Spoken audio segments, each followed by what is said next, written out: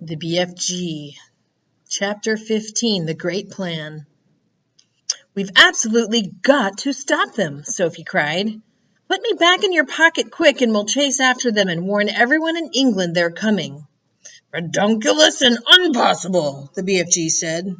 "They is going 2 times as fast as me, and they is finishing their guzzle before we is halfway." "But we can't just sit here doing nothing," Sophie cried. "How many girls and boys are they going to eat tonight?" "Many," the BFG said. "The flesh-lump-eating giant alone has a most squackling, wopsy appetite." "Will he snatch them out of their beds while they're sleeping?" "Like peas out of a puddle," the BFG said. "I can't bear to think of it," Sophie cried. "Then don't," the BFG said. "For years and years I is sitting here on this very rock every night after night, when they is galloping away, and I is feeling so sad for all the human beings they is going to gobble up. But I has had to get used to it. There is nothing I can do.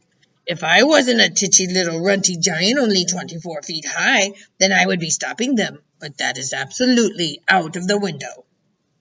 "Do you always know where they're going?" Sophie asked. "Always," the BFG said. "Every night they is yelling at me as they go bootling past.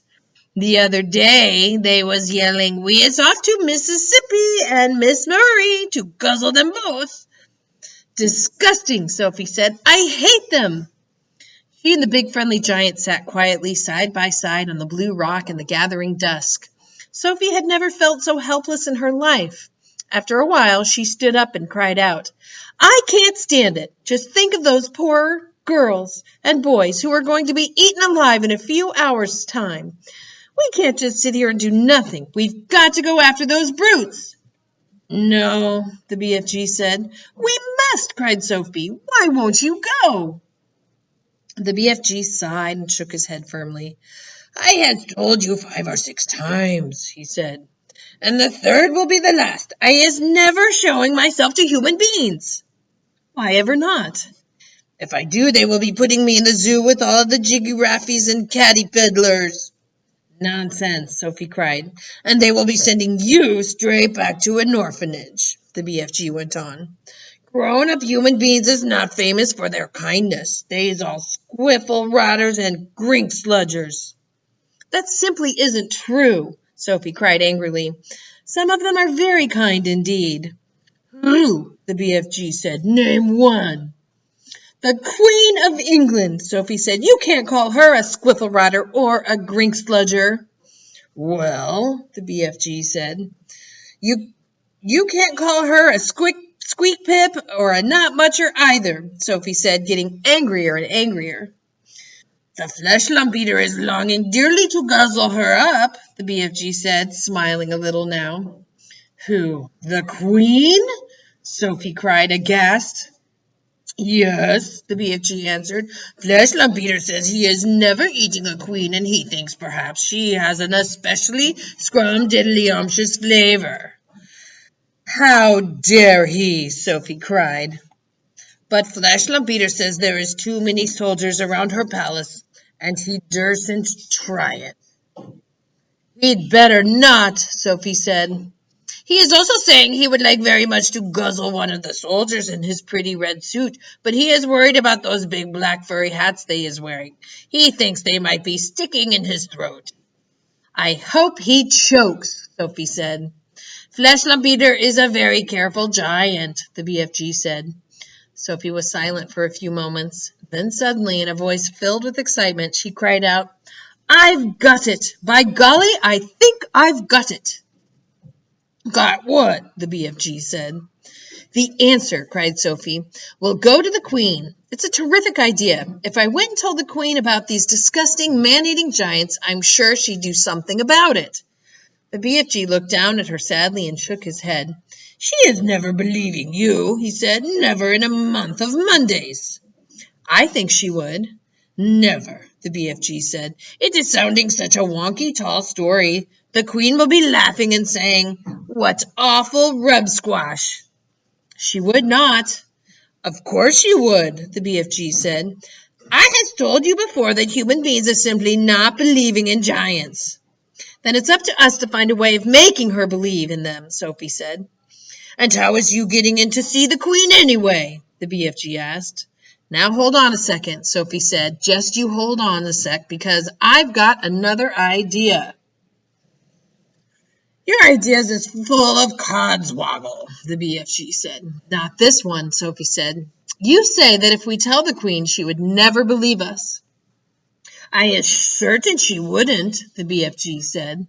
But we are going to tell her, Sophie said excitedly. We don't have to tell her. We'll make her dream it. That is an even more froth-bungling suggestion, the BFG said. Dreams is lots of fun, but nobody is believing in dreams either. You is only believing in a dream while you is actually dreaming it. But as soon as you is waking up, you is saying, oh, thank goodness it was only a dream. Don't you worry about that part of it, Sophie said. I can fix that. Never can you fix that, the BFG said. I can.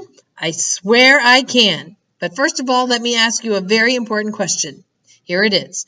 Can you make a person dream absolutely anything in the world?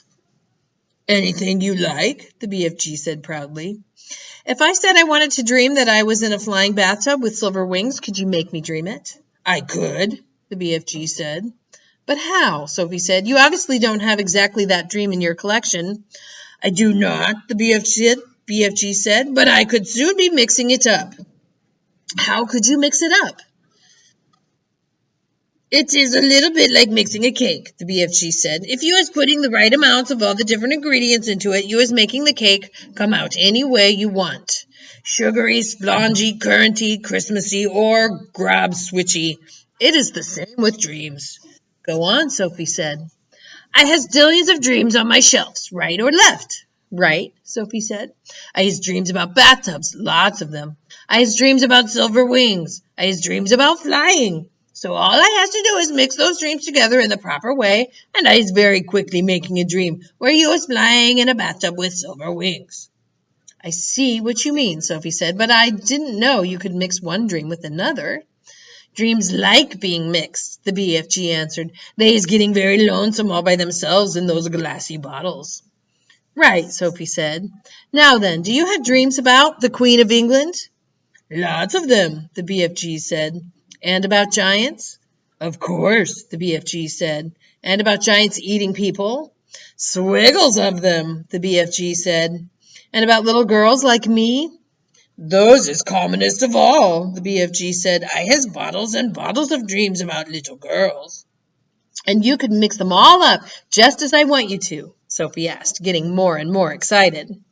Of course, the BFG said. But how is this helping us? I think you is barking up the wrong dog. Now hold on, Sophie said. Listen carefully. I want you to mix a dream which you will blow into the Queen of England's bedroom when she is asleep. And this is how it will go. Now hang on a mintick, the BFG said. How is I possibly going to get near enough to the Queen of England's bedroom to blow in my dream? You is talking dumb silly. I'll tell you that later, Sophie said. For the moment, please listen carefully. Here is the dream I want you to mix. Are you paying attention? Very close, the BFG said. I want the Queen to dream that 9 disgusting giants, each one about 50 feet tall, are galloping to England in the night. She must dream their names as well. What are their names again? Flesh lump eater, the BFG said. Man hugger, bone cruncher, child chewer, meat dripper, gizzard gulper, maid masher, blood bottler, and the butcher boy. Let her dream all those names, Sophie said, and let her dream that they will be creeping into England in the depths of the witching hour and snatching little boys and girls from their beds. Let her dream that they will be reaching into the bedroom windows and pulling the little boys and girls out of their beds, and then... Sophie paused. Do they eat them on the spot, or do they carry them away first? She asked.